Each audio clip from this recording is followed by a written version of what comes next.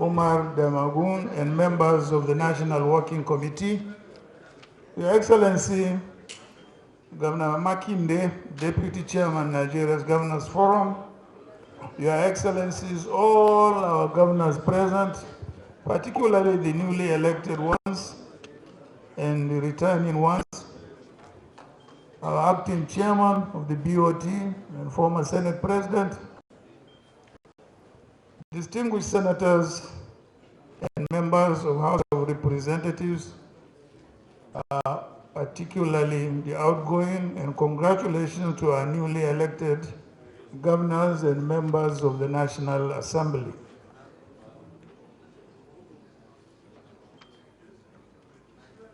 I join our host, Governor Bala Abdul Qadir Mohammed,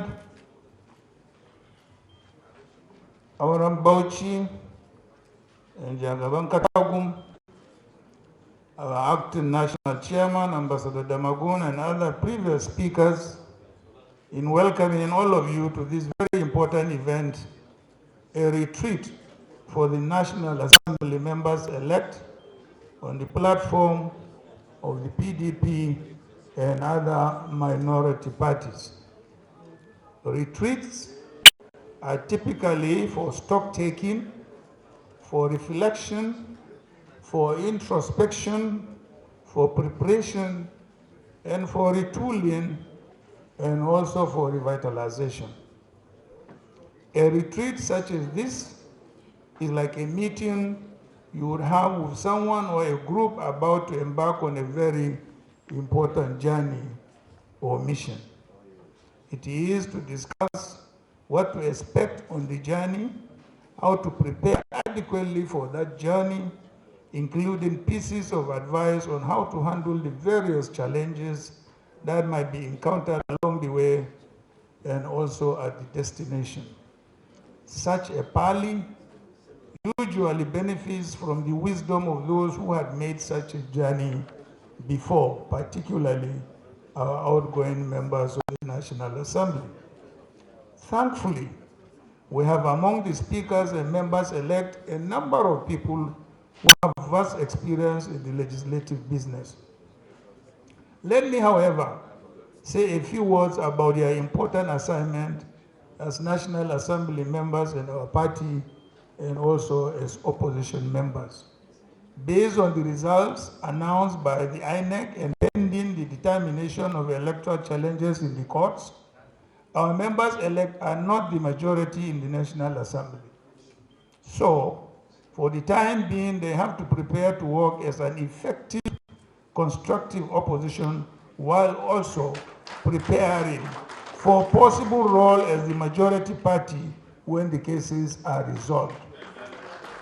Don't ever lose hope. The role of the opposition is holding the government and majority party to account. And in doing so, you demonstrate that you and your party are ready to govern at the shortest possible time. A government in waiting, so to speak.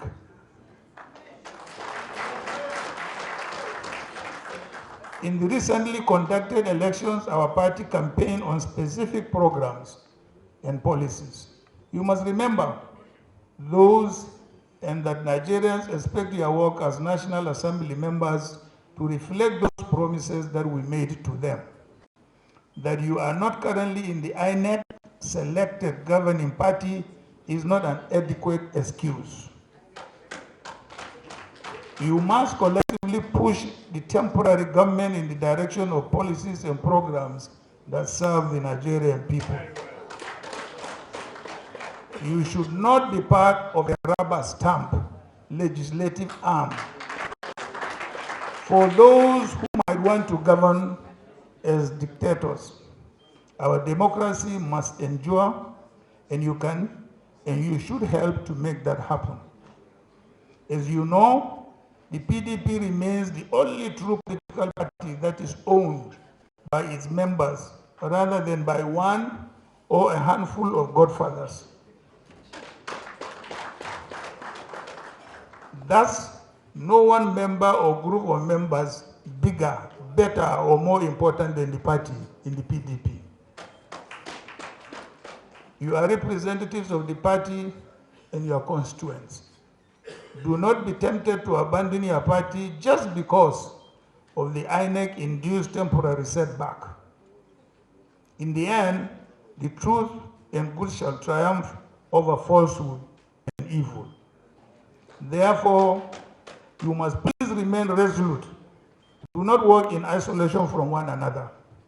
You are a team and should always work as a team in order to achieve meaningful results and also remain connected to your roots, your constituents, and other stakeholders. Our party, like any real political party, is a living organism needing continuous rebuilding and improvement. Let us continue to rebuild it. The work of rebuilding our party involves everyone, including our elected representatives. And it will involve unity of purpose. So we must work hard at reunifying our party. Let's not continue to fight yesterday's battles. I like the statement of the governor of Oyo State today here. Let's not let our individual egos blind our vision of what a party is and what we should be doing for our party's growth and our country's development. Let us remember that our people need security, economic growth and development, educational revival, millions of jobs and decent wages for our workers. And let us not forget that our people need to be unified to face the challenges of nation building. Our collective contributions to the achievement of those objectives will be what counts in the end, and not how many cheap political points we win against one another. Our country is too damaged to allow us time for more meaningless drama. Our nation needs us. History beckons.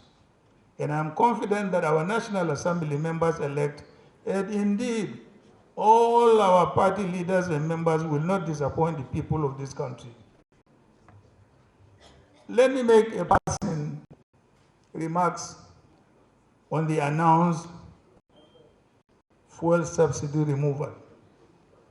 Between 1999 and 2007, the PDP government initiated petroleum subsidy removal, and I chaired the committee. We achieved subsidy removal in 2 phases, but only after providing palliatives to those most affected by the subsidy removal. We have the experience as a party and government.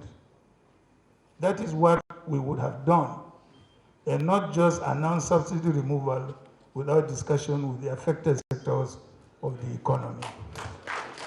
I think Nigerians should appreciate what they have temporarily lost. Thank you very much.